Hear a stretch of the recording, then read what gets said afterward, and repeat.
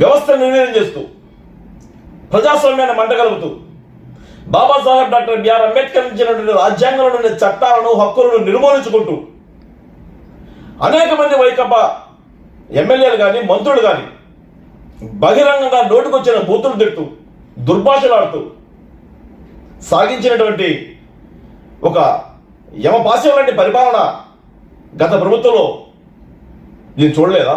ప్రజలు చూడలేదా?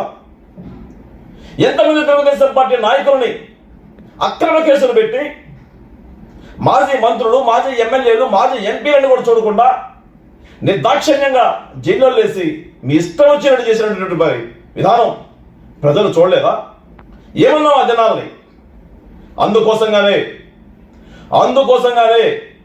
తెలుగుదేశం ప్రభుత్వం ఏర్పాటు కావడానికి ముందు తెలుగుదేశం పార్టీ, జనసేన, భారతీయ జనతా పార్టీ కూడగట్టుకొని ఒక కూటమిలా ఏర్పడ్డాయి. ప్రజల నుంచి వెల్లువెత్తునొచ్చినటువంటి ఒక విప్లవం, ఆ విప్లవం లాంటి సునామీలో వైకాపా ప్రభుత్వం, వైకాపా పార్టీ కొట్టుకుపోయింది. ఆ ఫలితాలే జూన్ 4న 120కి పైబడినటువంటి స్థానాల్లో అత్యధిక మెజార్టీలో కూటమి ప్రభుత్వం గెలిచింది. అది ప్రజా విప్లవం, అది ప్రజా ప్రభుత్వం.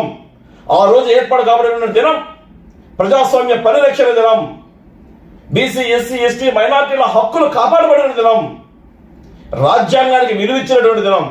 వెరసి జూన్ 4న గత ప్రభుత్వంలో, గత నెలలో, గత సంవత్సరంలో ఏర్పడినటువంటి జూన్ 4న ఏర్పాటు కాబడిన ప్రభుత్వం ప్రజాస్వామ్య పరిరక్షణ దినంగానే భావిస్తాం. ప్రజల హక్కులు సంరక్షించబడిన దినంగా భావిస్తాం.